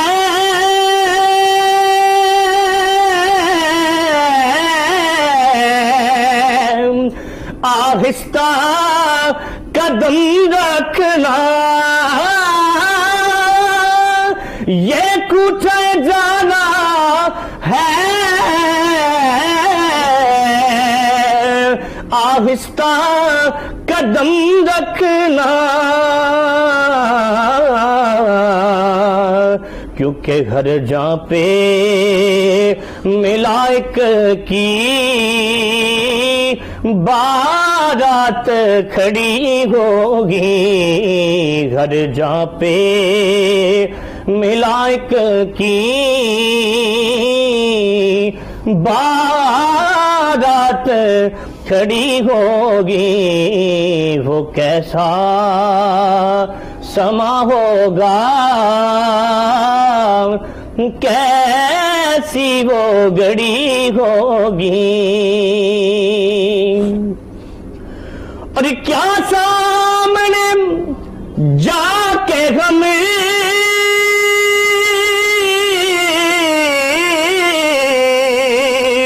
حال اپنا سنائیں گے، کیا سامنے جا کے ہمیں حال اپنا سنائیں گے، سرکار کا در ہوگا عشقوں کی جڑی ہوگی، سرکار کا در ہوگا عشقوں کی جڑی ہوگی، وہ کیسا سما ہوگا، کیسی وہ گھڑی ہوگی۔ اور مختص مت کیجئے گا، چار عالم کوئی کرنا، ایک نعت سنا دینا، چار عالم کوئی کرنا، ایک نعت سنا دینا، نہ چیز ظہوری کی جب سانس اڑی ہوگی، نہ چیز ظہوری کی جب سانس اڑی ہوگی، وہ کیسا سما ہوگا، کیسی وہ گھڑی ہوگی، جب پہلی نظر ان کے روزے پہ پڑی ہوگی، وہ کیسا۔ سبحان اللہ، جزاک اللہ، کیا بات ہے، کیا بات، بہت خوبصورت۔ سر آپ نے ذکر کیا تھا مساجد کا، کیونکہ آپ دیکھ سکتے ہیں ہمارے مذہبی اسکالر جو علماء کرام ہیں معزز، وہ ابھی ڈسکس کر رہے ہیں، ڈاکٹرز کی رائے بھی لی جا رہی ہے، کیونکہ جو صورتحال ہے، کہا جا رہا ہے مساجد میں تراویح نہ ہو جب تک، جبکہ علماء کرام کا کہنا ہے کہ جی احتیاطی تدابیر بتا دی جائے، ہم مساجد میں تراویح۔ سر آپ کی رائے کیا ہے کہ کیا گھر میں تراویح ادا کر سکتے ہیں؟ گھر میں اگر 2 یا 3 افراد ہیں، مرد حضرات ہیں، تو گھر میں بھی جماعت ہو سکتی ہے؟ ذرا اس بارے میں بھی بتائیے۔ جی بالکل جی، ویسے بھی جو عمر رسیدہ ہیں اور بچے ہیں ان کو مسجد کی بجائے گھر میں ہی نماز کی ادائیگی کا جو ہے پروگرام بنانا چاہیے۔ ٹھیک ہے، تو گھر کے اندر خواتین بھی شامل ہو سکتی ہیں جی، تو اس کے لیے یہی طریقہ کار ہے کہ ایک کوئی بھی جس کو مثال کے طور پہ 10 صورتیں بھی آتی ہیں، 10 نہیں آتی 5 بھی آتی ہیں، تو 5 نہیں تو 1 ہی آتی ہے، قل واللہ احد بھی آتی ہے بالفرض، تو وہ بھی جو ہے اسی طرح گھر کے اندر جماعت کروائیں۔ ٹھیک ہے، اور اس کے طریقہ کار صف کا یہ ہوتا ہے، اگر ایسی صورتیں ہوں گھر میں جو پیچھے بالغ مرد ہیں پہلے وہ کھڑے ہوں، مثال کے طور پہ 3 ہے یا 2 ہے، اس کے ساتھ بچے، پھر اس کے بعد خواتین بھی کھڑی ہو جائے ساتھ ہی، تو اس طرح گھر کے اندر ایک جگہ مخصوص کر لیں تو وہاں جماعت کروا لیں، تو وہ عشاء کی بھی نماز کروا لیں اور تراویح بھی۔ تراویح کا بھی یہی طریقہ کار ہوگا کہ 2-2 رکعت کر کے پڑھتے جائیں، 20 رکعت ہوتی ہیں، تو وہ انشاءاللہ تعالیٰ ایسے ہی 2-2 رکعت کے بعد جب 4 پوری ہو جائیں تو پھر تسبیح تراویح پڑھ لیں۔ اگر زبانی نہیں آتی تو دیکھ کے سبحان ذی الملک والملکوت وہ جو پورا پڑھا ہے وہ اس کو دیکھ کے پڑھ لیں، اور اس کے بعد پھر اگلی 4 ایسے 20 رکعتیں ادا کریں، اور اس کے بعد پھر وتر بھی اسی طرح ادا کر لیں۔ گھر کے اندر بہتر تو یہ ہے کہ جو عمر رسیدہ ہے وہ گھر میں ہی جماعت کروائیں اور بچے ساتھ، ٹھیک ہے، کیونکہ مسجد میں جانے کا ظاہری بات ہے کہ اس میں احتیاطی تدابیر ہے، تو جو قوت مدافعت اتنی نہیں رکھتے تو ان کا بہتر یہ ہے کہ مسجد میں جانے کے گھر میں ہی ادا کریں تاکہ احتیاط بھی رہے، اور اس کے ساتھ گھر میں ہی جماعت کریں گے انشاءاللہ ان کو وہ ثواب بھی مل جائے انشاءاللہ۔ سر اگر مساجد کی بات کی جائے تو کیا ہم اپنا جو ایک احتیاطی تدابیر میں بتایا جا رہا ہے کہ آپ کا یہ اتنا ڈسٹینس ہونا چاہیے، کچھ فٹ میں بتایا جاتا ہے، تو سر کیا ہم وہ اپنا پائیں گے، ہم خیال رکھ پائیں گے؟ کیونکہ یہ ہماری اب ذمہ داری ہے، اگر ہم مسجد میں جا رہے ہیں تو ہم نے کس طرح سے اپنے اور دوسرے کا خیال رکھنا ہے؟ دیکھیں جی، میں اس میں کافی کل سے ریسرچ کی ہے، میں سمجھتا ہوں کہ جن مساجد میں انٹرنس کا ایک راستہ ہے تو وہ انٹرنس اور ایگزٹ کے 2 الگ الگ راستے بنائے. ٹھیک ہے, جہاں سے آپ انٹر ہو رہے ہیں واپسی پہ کہیں اور سے تھوڑا سا ایسا کوئی سسٹم بنائے. نہیں بھی ہے تو اس کے لیے کچھ وقتی طور پہ بنایا جائے, عارضی طور پہ. ایک تو یہ, کیونکہ اس سے بہت سی, اب جو انٹرنس ہے اس پہ سینیٹائزر گیٹ لازمی ہو, لازمی ہو. اور اس کے اندر جیسے ہم نے کچھ مساجد میں ڈیٹول کی صابن رکھی ہیں, اور اس کے ساتھ ہر بندے کو کہ پہلے ہاتھ واش کریں گے, ہینڈ واش کر کے اس کے بعد پھر وہی فزیکل ڈسٹینس ہوگا, اور اس کے ڈسٹینس پر ہی. اب یہ باتیں چونکہ بعض وہی کچھ لوگ ہوں گے کہتے ہیں جی بس ٹھیک ہے زیادہ ہی توکل پہ, تو ان کو بھی پیار سے کاؤنسلنگ کی بہت ضرورت ہے. ان کی کاؤنسلنگ کی جائے, ان کو پیار سے سمجھایا جائے کہ ایجڈ حضرات بعد زیادہ اصرار کر لیتے ہیں کہ نہیں نہیں جی کچھ نہیں ہوتا, تو ان کو بھی پیار سے, اور ان کو کہا جائے کہ فزیکل ڈسٹینس رکھیں اور اسی ڈسٹینس کے اوپر ان کو بٹھائیں. تو اس کے ساتھ ہی کوشش کریں, یعنی کہ اس میں ٹائم بھی میں چاہ رہا ہوں کہ کم ہو. اس میں ہم نے کئی طریقہ اپنایا ہے. جیسے ایک یہ دوست پوچھے تھے پھر قرآن پاک کیسے پڑھیں, مساجد میں قرآن پاک ختم ہوتا ہے. اس کا ایک طریقہ یہ تھا کہ آپ روزانہ ایک پارہ پڑھیں. تو ایک پارہ تقریباً 30-35 منٹ میں پڑھا جاتا ہے, تو ایک پارہ پڑھیں اور تقریباً 20 تراویح تک یوں ہی چلیں. 20 کے بعد پھر 21 سے آپ 1.5 پارہ شروع کر دیں. وہاں تھوڑا سا اس وقت 5 دن کے اندر آپ 1.5 پارہ پڑھیں گے تو 26ویں تراویح میں آپ 29ویں پارے میں پہنچ جائیں گے. آدھا پڑھیں 26 میں, آدھا 27 میں بھی اس طرح قرآن پورا ہو جائے گا. تو آسانی ہو گئی نا, بیٹھ کے ڈسکس کرنے سے کوئی چیزیں نکل آئی, سولوشن نکل آئی. اب دیکھیں اس میں اب ایک تو جماعت بھی مختصر ہوگی, جماعت میں یعنی لمبی قرات نہ کریں, یعنی جتنی قرات ضروری ہے وہ کر کے, اور اس کے بعد فوراً تراویح شروع کریں اور ایک پارہ شروع کر دیں تاکہ جلدی سے جلدی ہم 30 منٹ میں 35 منٹ فری کر لیں, اور وہی فزیکل ڈسٹینس رکھ کے. اور پھر اس میں خاص طور پر ہر مسجد کے شروع کے اندر ماسک, گلوز اس کا اہتمام کیا جائے, اور ہر نمازی پر پابند کیا جائے کہ وداؤٹ گلوز وداؤٹ ماسک مسجد میں انٹرس نہیں ہو سکتی. اور باقاعدہ وہاں کچھ دوست کھڑے ہوں جو بچوں کو, عمر رسیدہ افراد کو انٹرس سے منع کریں, بڑے پیار سے ان کو سمجھایا جائے. چونکہ بعض بزرگ حضرات میں نے دیکھے وہ بڑی امنگوں کے ساتھ آتے ہیں, جب دروازے سے کہا جائے کہ بزرگوں آپ نہیں آئیں گے تو وہ ان کی آنکھوں میں آنسو آ جاتے ہیں, ایک تڑپ ہوتی ہے نا. تو ان کے لیے بھی میں اگر چاہتا ہوں اگر ہو تو کوئی ایسا سسٹم کیا جائے تو کافی فزیکل ڈسٹینس کے ساتھ ان کو کھڑا کر لیا جائے. رکھ پائیں گے ہم, ہمارے نماز ہمارا ساتھ دیں گے, وہ دیں گے ضرور.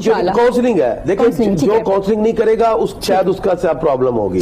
جیسے ہم ہر وقت کاؤنسلنگ کر رہے ہیں, ریٹن فارم میں بھی لکھ لیا, ویسے بھی کہہ دیا, اعلانات کے ذریعے بھی ہو گیا, جہاں دیکھتے ہیں تھوڑی سی نرمی ہونے لگی ہے پھر تھوڑا سا کچھ حوالہ دیا, اور اس طرح یہ کر کے ہی ہم کر سکتے ہیں. اور اگر یہ نہیں کریں گے تو پھر اس کا خمیازہ اس کا مطلب ہے تراویح سٹارٹ کرنے سے پہلے, جماعت کرانے سے پہلے 5 منٹ جو اس بارے میں بات کی جائے, اس کے بعد سٹارٹ کیا جائے, اور پھر ہم سب کی ذمہ داریاں بھی عموماً وہاں کی بجائے, وہاں تو میں کہہ رہا ہوں جتنا بھی کم سے کم ٹائم لگے, وہاں اگر 5 منٹ لگائیں گے تو پھر تو زیادہ ٹائم ہوگا. یہ مائک عموماً مسجدوں کے اوپر ہوتے ہیں, تو وہاں اناؤنسمنٹ کی جائے پہلے سے کہ مسجد میں آتے ہوئے گھروں سے ہی یہ ساری تدابیر اپنا کے آئیں. وہاں تو اتنا ہم کوشش کریں, ٹائم 1 منٹ کا احتیاط کریں, ادھر سینیٹائزر گیٹ سے بندے داخل ہوں, ساتھ ہی ہم سنتے وہ گھر میں پڑھ کے ہیں, وضو بھی گھر سے کر کے ہیں, سب کچھ فوراً ہی جماعت ہو, اور جماعت کے فوری بعد تراویح, اور فوراً ہی ہم کہیں کہ انٹرس کے دروازے کھول دیے جائیں, اور فوراً ہی ایگزٹ کے لیے دروازے کھول دیے جائیں تاکہ انٹرس ایک طرف سے اور ایگزٹ ایک طرف سے ہو کے سب لوگ ایزیلی اپنے اپنے گھروں کی طرف موو کر جائیں. اس طرح کی احتیاطی تدابیر انشاءاللہ دیکھیں اس کے لیے یوز ٹو ہونے میں کم از کم 1-2 دن لگیں گے. جیسے ہم نے کل سے پریکٹس شروع کر دی, ابھی نمازی کم ہے, اب کیا ہوا کل سے بہت سے لوگ یوز ٹو ہو گئے, 3-4 لوگ وضو کرنے آتے تھے وہ بھی اب بند. اب ہم نے کہا ٹوٹل مسجد میں وضو کرنا ہی نہیں. اچھا سر, میں یہاں پہ آپ سے پوچھنا چاہوں گی کیونکہ مساجد میں کلین ہوتا ہے نا, تو کہا جا رہا ہے کہ کہیں سے بھی لگ سکتا ہے آپ کو جرمز, تو ایسا بھی تو ہو سکتا ہے نا کہ تمام نمازی اپنے گھروں سے جائے نماز لیں, اپنی جائے نماز پہ کھڑے ہو جائیں, یہ زیادہ بہتر ہے, آسانی ہو جائے گی نا سب کے لیے. تو ہم نے آپشنل نہیں رکھا بلکہ لازمی کر دیا ہے. لازمی کر دیا, یہ لازمی ہے کہ اپنا جائے نماز لائیں اور اپنا لپیٹ کے ساتھ لے جائیں, یہ سب سے بہتر ہو جائے. اس کے بغیر تو انٹرس ہی نہیں ہے نا. میں نے بتایا نا جو احتیاطی تدابیر ہیں اس میں گلوز ہیں, ماسک ہے, اور اپنا جائے نماز ہے, یہ آپ لے کے پھر ہی انٹر ہوں گے مسجد میں, ایک انٹرس اور ادھر سے ایگزٹ. یہ احتیاطی تدابیر ہے, اور فوراً ہی ہم کوشش کریں گے, یعنی کہ بجائے کہ وہاں کوئی گفتگو اور کوئی خطبہ شروع کر دیا جائے, اس کو سب کو آپ جو ہے اس وقت نہ کریں. فوراً جو لازم چیز ہے فرض آئے, فرض پڑھیں, اور فوراً ہی ہم نمازوں کے بعد لوگوں کو کہیں جی اپنے. ٹھیک ہو گیا سر, آپ نے بڑے خوبصورت انداز میں کلیئر کر دیا کہ اس طرح سے ہوگا, احتیاطی تدابیر یہ ہوں گی اور آپ نے اپنانی ہے, یہ لازم ہے آپ لوگوں پہ. سر کچھ لوگ ڈرے ہوتے ہیں نا, تو وہ اب مساجد میں جانا بھی چاہتے ہیں لیکن ڈر بھی لگ رہا ہے کہ شاید ایسا نہ ہو جائے, تو اگر آپ گھر پہ ادا کریں تو بھی اللہ اس کا ثواب دے گا, آپ گھر میں بھی ادا کر سکتے اگر آپ سمجھتے ہیں, دیکھیں روزہ رکھنے سے قوت مدافعت میں کمی آتی ہے, یا ویسے کوئی بیماری نزلہ زکام کھانسی والے یا بلڈ پریشر ڈائبٹیز کے جو مریض ہیں وہ تو گھر میں ہی رہیں, ان کو کوشش کریں گھر میں ہی اپنی جماعت کریں, گھر میں ہی نماز پڑھیں تاکہ وہ دوسروں کے لیے پرابلم کا باعث نہ بن جائیں اور مزید جو ہے مزید پرابلم کریٹ نہ ہو جائے. ٹھیک ہو گیا سر, چونکہ آج انشاءاللہ تراویح ادا کی جائے گی تو کل روزہ ہوگا. اب روزے کے بارے میں بات کرتے ہیں ہم, روزہ کیا ہے؟ کیا روزہ بھوکے رہنے کا نام ہے؟ کیا آپ نے سحری کر لی اور صرف افطاری کر لی تو آپ کا روزہ ہو گیا؟ روزے کے بارے میں آپ مجھے تھوڑا بتائیے گا کہ روزہ ہے کیا؟ اصل میں اللہ تعالیٰ نے قرآن مجید میں ارشاد فرمایا, یا ایھا الذین آمنوا کتب علیکم الصیام, اے ایمان والو تم پہ روزے فرض کیے گئے, کما کتب علی الذین من قبلکم, جیسے تم سے پہلوں پر فرض کیے گئے. یہ ہمیں ایک تھوڑا سا جو ہے نا حوصلہ ملا کہ پہلوں پر بھی فرض کیے. اچھا, اب ان کا اور ہمارا بڑا فرق ہے. ان کے یہاں تو سحری کا کنسپٹ ہی نہیں تھا, انہوں نے افطاری کی, روزہ اگلا سٹارٹ, ٹھیک ہے, پھر اگلے دن پھر افطاری تک. لیکن ہمیں سحری کی سہولت دے دی گئی کہ افطاری کریں, اس کے بعد ہم تراویح پڑھتے ہیں, پھر اس کے بعد کھانا کھا لیا, پھر رات پوری آپ ریسٹ بھی کر لیں, پھر اٹھیں تہجد کی پڑھیں, آپ پھر سحری کریں. یعنی ہمیں صبح صادق تک کھانے کی اجازت دے دی گئی, اور سحری میں بھی برکت رکھ دی, اور برکت رکھ دی, اس کے ایک ایک لقمے میں برکت رکھی, اور سرکار کی سنت. تو ہمیں بڑے اہتمام کے ساتھ, یعنی گھروں میں میں عرض کروں گا خوف و راس اپنی جگہ, لیکن آپ گھروں میں اب ماحول بنائیں. میں تو یقین کریں مسجد والا ماحول بن جائے, ہاں گھر میں ایک کمرہ, ایک جگہ کوئی مخصوص کر دیں, کلین کر دیں, خوشبو لگائیں, گھر کے اندر خوبصورت انداز میں اس کو سجائیں. اب جیسے چاند مغرب کے بعد نظر آئے تو 21 مرتبہ سورہ قدر پڑھیں, سورہ قدر مغرب کے بعد جیسے ہی رمضان شروع ہوتا ہے 21 مرتبہ سورہ قدر, انا انزلناہ فی لیلۃ القدر پڑھنے سے بندے کا رزق میں اضافہ ہو جاتا ہے. یہ پڑھیں آپ. اس کے بعد پھر آپ کوشش کریں جیسی نماز عشاء کا وقت ہو اچھے کپڑے پہنے, نہا لیں, نہیں تو کم از کم وضو کریں, پاک صاف خوشبو لگا کے اللہ کی بارگاہ میں خشوع اور عاجزی کے ساتھ کھڑے ہو جائیں. یقین کریں اس کی رحمتیں بے پناہ ہے, وہ تو چاہتا ہے کہ بندوں کو معاف کرے, تو ہمیں اب چاہیے کہ ہم اس کی طرف رجوع کریں. تو اس لیے اس وقت میں گھروں کے اندر بھی اہتمام کریں, نماز پڑھیں, پھر نماز تراویح, پھر میں چاہوں گا کہ گھر کے لوگ آپس میں قرآن پاک بھی تقسیم کر لیں, بانٹ کے پڑھیں آپس میں, اکٹھے پڑھ لیں. یعنی کوئی 10 دن میں ختم کرے, کوئی 7 دن میں ختم کر رہا ہے, کیا گھر میں سارے قرآن پاک کی تلاوت کریں, پھر کچھ وقت درود پاک کو دے دیں, کچھ وقت قرآن پاک کی تلاوت میں, کچھ استغفار کے لیے, اس طرح. پھر گھر میں مل کے سحری کا اہتمام بھی میں چاہوں گا کہ مل کے, یہ نہیں کہ صرف خاتون خانہ پر ہی سارا زور ڈالا, یہ بھی ہونا چاہیے, سرکار کی سنت بھی ہے جی. تو آپ سحری میں بھی ان کے ساتھ شامل ہوں, افطاری میں بھی سارے شامل ہوں. یعنی کیا خوبصورت گھر کا ماحول بن جائے گا. ایک خوبصورت موقع مل گیا نا, اللہ تعالیٰ نے ایک رمضان کی برکتیں, اوپر سے آپ گھروں میں موجود ہیں, گھر میں رہ کے کام کریں. پہلے یہ ہوتا تھا نا آپ نے روزہ رکھا, کام میں چلے گئے, افطار کے وقت آئے, اب زیادہ مواقع مل گئے نا. تو مل جل کے, یعنی سحری یہ بھی عبادت ہے, کیونکہ آپ روزہ دار کو روزہ کھلوانے کا کتنا اجر ہے. تو ایک جو ہے نا بھائی دوسرے بھائی کو روزہ کھلوا رہا ہے, ایک بہن دوسرے بھائی کو روزہ کھلا رہی ہے, بہن کو کھلوا رہی ہے, یعنی روزہ کھلوانے کا جو اجر تھا اس نیت سے آپ افطاریاں بنائیں, مل جل کے کریں, گھر میں بیٹھیں. افطاری سے پہلے کم از کم عصر کی نماز تک آپ کوشش کریں بنا کے سب چیزیں رکھ لیں, عصر کے فوری بعد بنا لیں. کم از کم افطاری سے 15-20 منٹ یا آدھا گھنٹہ پہلے ایسا نکالیں جس میں سب بیٹھ کے کثرت سے درود پاک پڑھیں, کوشش کریں. نہیں تو 15 منٹ ہی مل جائیں تو بڑی بات ہے. افطاری ساری دسترخوان سجا کے سب بیٹھیں اور بیٹھ کے کثرت سے درود پاک پڑھیں. جب 5 منٹ رہ جائیں اس وقت ہاتھ اٹھا لیں. اللہ کو وہ بندے بڑے ہی پیارے ہیں, اور اللہ تعالیٰ جیسے مظلوم کی دعا کو پروردگار قبول کرتا ہے, روزے دار کی دعا کو بھی اللہ قبول کرتا ہے. تو اس کی بارگاہ سے پھر ہاتھ اٹھا کے طلب کریں, پھر اس کی رحمتوں سے مانگیں. پھر اس وقت جب اللہ کی بارگاہ سے آپ دعائیں کریں گے تو یقین کیجئے وہ روزہ رکھ کے سارے دن کی ایک مشقت سے گزر کے بندے کے دل میں ویسے ہی خدا کا خوف غالب آ چکا ہوتا ہے. اور اس میں اس کا جو مقصد ہے نا, یعنی اکثر چیز تو آبجیکٹیو سے پہچانی جاتی ہے. تو فرمایا لعلکم تتقون, روزے کیوں فرض کیے گئے؟ تاکہ ان پر تقوی اور پرہیزگاری کا جو ہے نا وہ اثر غالب ہو جائے. اب رمضان شروع ہوگا, پہلے 1-2 دن میں آپ اچانک اٹھیں گے, گرمی لگ رہی ہوگی, فریج سے بوتل نکال کے پانی پینے لگیں گے, فوراً دل میں ہے کہ وہ تو روزہ ہے, تو ابھی عادت نہیں ہے تو ہاتھ اٹھنے لگیں گے, اکثر پانی پی بھی لیں گے تو بھی روزہ نہیں ٹوٹتا, کیونکہ اللہ تعالیٰ فرماتا ہے میں نے اپنے محبوب کی امت سے معاف کر دیا خطا کو اور نسیان کو. تو اب یہ شروع میں ہوگا.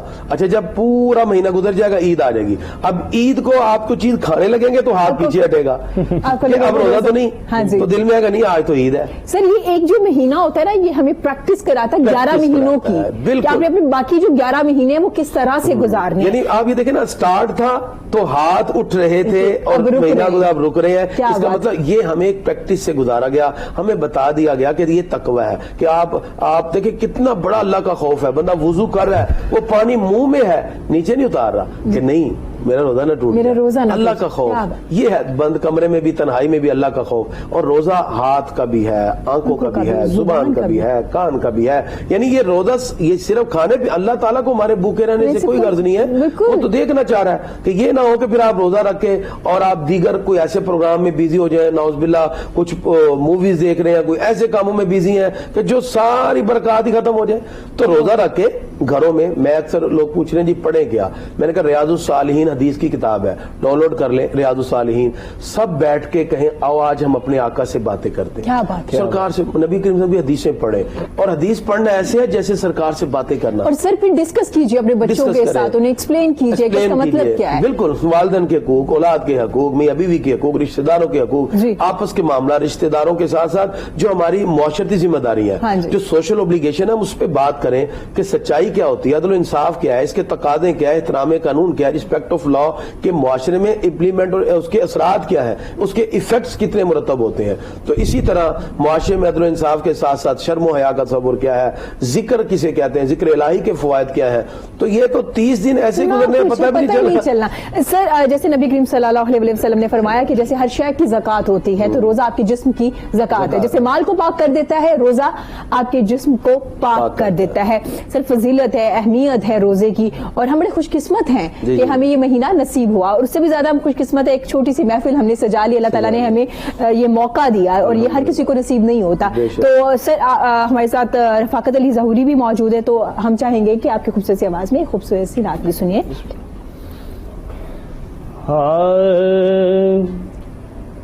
ایک مہی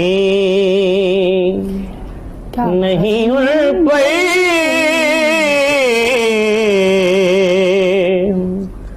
قربان زمانہ ہے, ایک مہی نہیں اڑ پئی قربان زمانہ ہے, ایک مہی نہیں اڑ پئی قربان زمانہ ہے, جو رب دو عالم کا محبوب یگانہ ہے, جو رب دو عالم کا محبوب یگانہ ہے. اور کلپل سے ہمیں جس نے خود پار لگانا ہے, کل پل سے ہمیں جس نے خود پار لگانا ہے, ارے زہرا کا وہ بابا ہے, حسنین کا نانا ہے, زہرا کا وہ بابا ہے, حسنین کا نانا ہے, ایک مہی نہیں اڑ پئی قربان زمانہ ہے. اور قابل غور شعر ہے کہ آؤ در زہرا پہ پھیلائے ہوئے دام, آؤ در زہرا پہ پھیلائے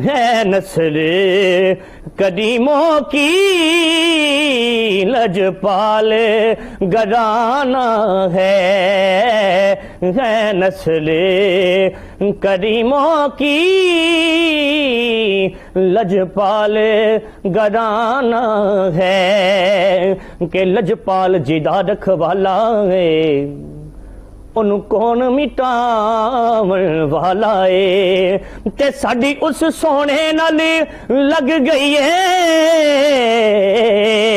او جڑا توڑ نبھاون والا ہے کہ لجپال پری تنوں توڑ دے نہیں لجپال پری تنوں توڑ دے نہیں او جدی باں پھڑ دے انہوں چھوڑ دے نہیں کہ ہے نسل قدیموں کی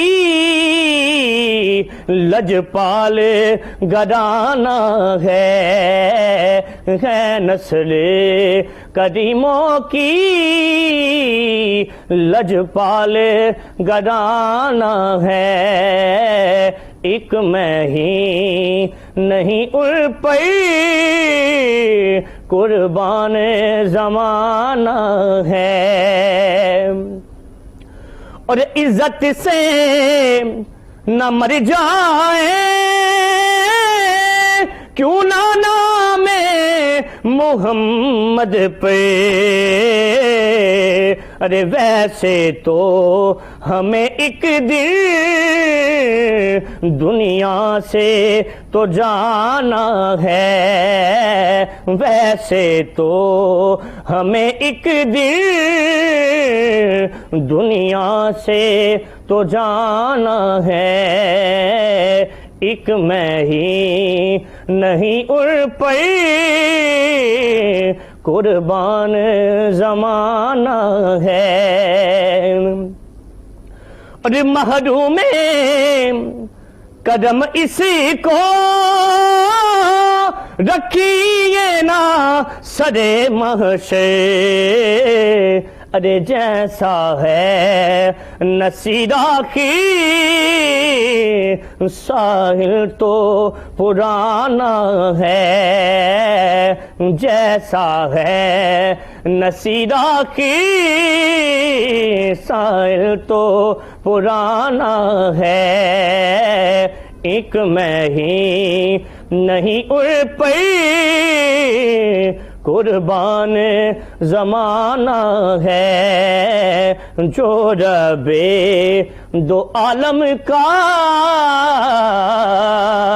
محبوب یگانہ ہے جزاک اللہ کیا بات ہے کیا بات ہے جناب واپس آتے ہیں آپ کی طرف گفتگو دوبارہ سے سٹارٹ کریں گے سر روزے کے بارے میں آپ نے بڑی خوبصورت انداز میں بتایا ہے تراویح کے بارے میں جماعت کے بارے میں سر کچھ لوگ جو بیمار ہیں یا جنہیں شوگر ہے جنہیں بار بار انسولین کی ضرورت دن میں ایک بار انسولین کی ضرورت ہوتی ہے کچھ نہ کچھ کھانے کی ہوتی ہے سر روزے کہ جو اب رمضان تو سٹارٹ ہو گیا وہ روزے رکھ سکتے ہیں کس طرح سے وہ اپنے روزے کو لے کے چلیں گے اب دیکھیں جی بیماری کی جو 3 کنڈیشن ہے جی ایک تو یہ ہے کہ ایسا مریض ہے روزہ رکھے گا تو اس کی ڈیتھ ہی ہو جائے گی وہ تو ظاہری بات ہے روزہ نہیں رکھے گا ٹھیک ہے وہ تو اتنی سیویئر کنڈیشن میں ہے دوسرا یہ ہے کہ اس کی جو ہے نا کنڈیشن ایسی ہے کہ روزہ رکھنے سے بیماری بڑھ سکتی ہے ٹھیک ہے دوسری کنڈیشن اس میں بھی وہ روزہ نہیں رکھے گا ظاہری بات ہے اس کی بیماری بڑھ جائے گی تیسرا ہے کہ ابھی بیمار نہیں ہے روزہ رکھنے سے بیمار ہو جائے گا 3 کنڈیشن بن گئی تینوں کو اجازت دی ہے شریعت نے کہ روزہ نہ رکھے ٹھیک ہے اچھا اب اس میں بات یہ کہ روزہ تو نہیں رکھنا جو تو وقتی طور پر بیمار ہے ٹھیک ہے 2 دن میں 4 دن میں ٹھیک ہو جائے گا تو وہ جتنے روزے چھوٹیں گے بعد میں قضا کر لے گا ٹھیک ہے اسی طرح وہ جو روزہ رکھنے سے اس کی بیماری بڑھنے کا اندیشہ تھا وہ بھی جتنے روزے چھوٹیں گے تو اس کو بعد میں قضا کرے گا تیسرا جس کو بالکل بھی یعنی کہ روزہ رکھنے کی طاقت ہے ہی نہیں بعض ڈائبٹیز کے ایسے مریض ہیں جو بالکل بھی روزہ رکھ ہی نہیں سکتے ہر 10 منٹ بعد پانی پینا کھانے کی ان کو گھنٹے بعد طلب ہوتی ہے ٹھیک ہے اگر تو وہ سردی میں بھی نہیں رکھ سکتے اگر تو رکھ سکتے ہیں جتنے روزے چھوٹیں گے بعد میں سردیوں میں قضا کر لیں اگر یہ بھی کنڈیشن نہیں تو وہ بوڑھا شخص یا وہ بیمار جو کبھی زندگی میں اب ٹھیک ہو ہی نہیں سکتا وہ اپنے روزے کے بدلے میں فدیہ دے دیں گے فدیہ کیا ہوگا کسی غریب کو ایک فطرانے جتنی رقم کا. فطرانہ عموماً 100 روپیہ 150 روپیہ دیا جاتا ہے, لیکن آج کل جو حالات ہیں کسی کو بھی دیں اتنا تو دیں, کم از کم وہ رمضان کا راشن تو پورا ڈال لیں. تو وہ جو ہے کھجوروں کا دے دے. کھجور 4.5 کلو ہوتی ہیں, 4.5 کلو کھجور کا ریٹ لگائے, تو اس طرح 30 روزوں کا حساب لگا کے تو کسی غریب کو دے دے, وہ پھر روزے رکھے گا. اگر وہ سوئر کنڈیشن میں ہے, اگر اس کے ڈاکٹر منع کر رہے ہیں, اگر وہ اس کنڈیشن میں ہے کہ روزہ زندگی بھر اب اس کو طاقت ہی نہیں ملے گی رکھنے کی, بوڑھا ہو گیا یا ایسا مرض جس کی وجہ سے وہ ٹھیک نہیں ہو سکتا, ٹھیک ہے, اگر وہ صحت یاب ہو گیا ہے رمضان کے بعد تو وہ قضا روزے رکھے گا. بالکل ٹھیک ہو گیا, صحیح ہو گیا. سر روزے کے بارے میں بات کریں تو سحری کا بھی ذکر کیا جائے. کچھ لوگ ایسے ہوتے ہیں کہ وہ ساری رات جاگ رہے ہوتے ہیں تو سحری نہیں کر پاتے کیونکہ اب 11 بجے یا 12 بجے ہماری ہیبٹ بن چکی ہوتی ہے نا لیٹ نائٹ کھانے کی, تو وہ اس وقت آپ کو بھوک نہیں لگ رہی ہوتی. تو سحری کھانے میں کتنی برکت ہے, میں چاہوں گی یہ بھی بتائیں. سحری تو سنت ہے اور اس کی اتنی برکتیں ہیں, انسان کو سرکار کی سنت سمجھ کے ایک ایک لقمے پر اللہ تعالیٰ نور عطا فرماتا ہے, ایک ایک لقمے پہ اجر ملتا ہے. تو اگر دیکھیں نا جس طرح بالکل ہیبٹ ہے, کیونکہ افطاری کے وقت تو گرمی اتنی ہوتی ہے, پانی پی پی کے انسان کھانے کا دل نہیں کر رہا, کوئی بات نہیں ہے, 2-3 گھنٹے گزارے, نماز پڑھیں گے عشاء کی تو کم از کم آپ کافی حد تک بھوک لگ جائے گی, پھر آپ کھانا کھا لیں, 10-11 بجے کھانا کھا لیں. اگر آپ تھوڑا سا بھی درمیان میں کوئی گیپ ڈال لیتے ہیں نا سونے کا, اس سے بھی کافی بہتری ہو جاتی ہے. لیکن اگر پھر بھی دل نہیں کر رہا, جس طرح آج کل سحری کا وقت تقریباً 3:55 تک جائے گا, پھر اسے پیچھے آتا ہے 55, جیسے پہلا روزہ 57 پہ ختم ہوگا, تو کم از کم آپ روزے سے آدھا گھنٹہ پہلے جتنی بھی تمنا ہے تھوڑے سے 2 لقمے کیوں نہ ہو جائے تو وہ آپ ضرور لیں, پانی پی لیں, چائے لے لیں, کوئی ایسی چیز ضرور لیں تاکہ آپ کا سنت کی ادائیگی ہو اور سحری ہو, ٹھیک ہے نا. تو ان دنوں میں خاص طور پہ جیسے ڈاکٹر دادی بتا رہے ہیں کہ زیادہ کھانے پینے کی طرف, کیونکہ اس لیے کہ گھروں میں رہنا ہے, وہ جو انسان کی فزیکلی جو چیزیں تھی وہ تو ہے نہیں ہے, تو کوشش کریں اپنی ڈائٹ پلان ایسا رکھیں کہ کم سے کم ہو, عبادت کی طرف زیادہ رغبت ہو. تو سحری کے وقت کھا لیں اور اس کے بعد ظاہر بات روزہ ہے, پھر افطاری کے وقت کوشش کریں, اور کوشش کریں زیادہ سے زیادہ عبادت میں وقت لگائیں. گھروں میں ہیں, اپنے گھروں میں بیٹھیں, اللہ کو یاد کریں, پروردگار کی بارگاہ میں دعائیں کریں, اس کی بارگاہ میں عرض کریں. اس کی رحمتیں بے پناہ ہیں, اس کی مرضی کے بغیر تو پتہ بھی نہیں ہلتا. اس لیے میں چاہوں گا کہ ہم سب کو ماہ رمضان المبارک میں زیادہ سے زیادہ اللہ کی بارگاہ میں توبہ اور استغفار. بالکل جناب محترم, مجھے بتائیے گا کیونکہ تمام لوگ سوال کرتے ہیں کہ پہلا عشرہ سٹارٹ ہونے والا ہے انشاءاللہ کل سے, تو کون سا ورد کیا جائے, کون سے اللہ کے مبارک نام ہیں ان کا ورد زیادہ سے زیادہ کیا جائے, تو میں چاہوں گی آپ یہ بھی بتا دیجیے. جی پہلا جو عشرہ ہے وہ رحمت کا ہے, جیسے آج مغرب کے فوری بعد شروع ہو جائے گا. مغرب کے بعد تو آپ نے 21 مرتبہ سورہ قدر پڑھنی ہے, انا انزلناہ فی لیلۃ القدر, اور اس کے بعد آپ نے جو دعا پڑھنی ہے اللہم اغفر وارحم وانت خیر الراحمین, یہ دعا اللہم اغفر وارحم وانت خیر الراحمین. پہلا پورا عشرہ آپ یہی دعا پڑھیں صبح شام اٹھتے بیٹھتے. اس کے ساتھ ساتھ آپ جو ہے آیت کریمہ بھی شامل کر لیں, لا الہ الا انت سبحانک انی کنت من الظالمین. حضرت یونس علیہ السلام نے پڑھی, اللہ نے ان سے تکلیف کو دور کیا. اور یہ استغفار کی کثرت کریں. آج کا دن خاص طور پہ کثرت سے استغفار, اور عصر کے بعد سب بیٹھ کے درود پاک کثرت سے پڑھیں. درود پاک سرکار کی بارگاہ میں عرض کریں, انشاءاللہ محبوب خدا گھروں میں چھوٹی چھوٹی محفل سجا لیجیے, گھروں میں محفل سجا اپنے فیملیز کے ساتھ. بہت شکریہ پروفیسر محمد کریمی صاحب, آپ کا پروگرام کے اینڈ پہ آپ دعا بھی کروائیں گے. جناب آپ کا بہت شکریہ. اسی کے ساتھ مجھے اجازت دیجیے, خوش رہیے, آپ کو بہت بہت مبارک ہو. یہ برکت مہینہ آ چکا ہے, توبہ کیجیے, اللہ کو منا لیجیے, سچے دل سے توبہ کیجیے. میری ٹیم کی طرف سے آپ کو رمضان کی بہت بہت مبارک, KN چینل کی طرف سے, کوہ نور کی طرف سے بہت بہت آپ کو مبارک ہو. کریمی صاحب کو آپ رمضان ٹرانسمیشن میں بھی سن سکتے ہیں. 30 دن آپ کو ہر طرح کے بتایا جائے گا, قرآن مجید کے بارے میں بتایا جائے گا, رمضان کے بارے میں بتایا جائے گا, روزے کے بارے میں بتایا جائے گا. جناب آپ کا بہت شکریہ. میں آپ سے ریکویسٹ کروں گی اب آپ دعا بھی شروع کروا دیجیے. بسم اللہ الرحمن الرحیم, الحمدللہ رب العالمین والعاقبۃ للمتقین والصلاة والسلام علی خیر خلقہ محمد وآلہ وصحبہ اجمعین. یا اللہ ہم سب سے جو خطائیں لفظ سے سرزد ہوئی اپنے حبیب کے توسل سے معاف فرما. آج ہم نے یہاں بیٹھ کر جو نیک کلمات, احادیث مبارکہ کے ساتھ قرآن کی آیات, دیگر بزرگان دین کے حکایات کو پڑھا ہے, سنا ہے, کہا ہے, یا اللہ یہ سب کا سب کہنا, پڑھنا, سننا اپنی بارگاہ میں قبول و منظور فرما. یا اللہ جمعۃ المبارک کا بابرکت دن اور یہ بابرکت گھڑیاں, اس کے صدقے دعا کرتے ہیں. یا اللہ پوری دنیا میں وبائی مرض پھیل چکا ہے, یا اللہ اس وبائی مرض سے ہم سب کو نجات عطا فرما. آمین. یا اللہ تیری تقدیر یقیناً ایک مقرر کردہ اندازہ ہے. یا اللہ ہم تدابیر کو بھی اپنا رہے ہیں لیکن تیری مرضی کے بغیر تو پتہ بھی نہیں ہلتا. بے شک تو ہر چیز پر قادر ہے. یا اللہ اپنی رحمت کے صدقے ہم سب کے گناہوں کو معاف فرما. ہم سے جو خطائیں ہوئیں لغزشیں ہوئیں یا اللہ معاف کر دے. اور بالخصوص آج کا دن پوری قوم جو توبہ کا دن منا رہی ہے پروردگار ہم سب کے گناہوں کو معاف فرما دے. ہم سے جو خطائیں لغزشیں سرزد ہوئیں اسے معاف کر دے. یا اللہ ہم سب کے دلوں میں ایمان کی حلاوت مٹھاس پیدا فرما دے. ہم سب کو آقا علیہ الصلوۃ والسلام کی سیرت طیبہ اپنانے کی توفیق عطا فرما دے. یا اللہ تو رحیم و کریم ہے اپنی رحمت کا خصوصی حصہ عطا فرما. یا اللہ تیری رحمت سے سوال ہے اپنی رحمت کا خصوصی حصہ ہم سب کو عطا فرما دے. یا اللہ آج جمعہ کے دن کی برکت سے ہم سب پر اپنی خصوصی رحمتیں عطا فرما. اپنی بخشش کے پروانے عطا فرما.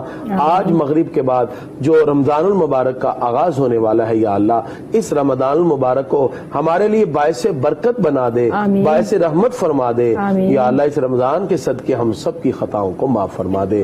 دنیا میں جہاں کئی لوگ اس وبائی مرض میں مبتلا ہیں یا اللہ انہیں صحت عطا فرما. بالخصوص پاکستان کے لوگوں کو صحت یابی عطا فرما. جو اہل ایمان دنیا سے چلے گئے یا اللہ اس مرض میں مبتلا ہو کر ان کو شہادت کا مرتبہ عطا فرما. اور جو اس وقت بیمار ہیں انہیں روبہ صحت فرما. اللہم ربنا آتنا فی الدنیا حسنۃ وفی الآخرۃ حسنۃ وقنا عذاب النار. یا الہی ہر جگہ تیری عطا کا ساتھ ہو. جب پڑے مشکل شہ مشکل کشا کا ساتھ ہو.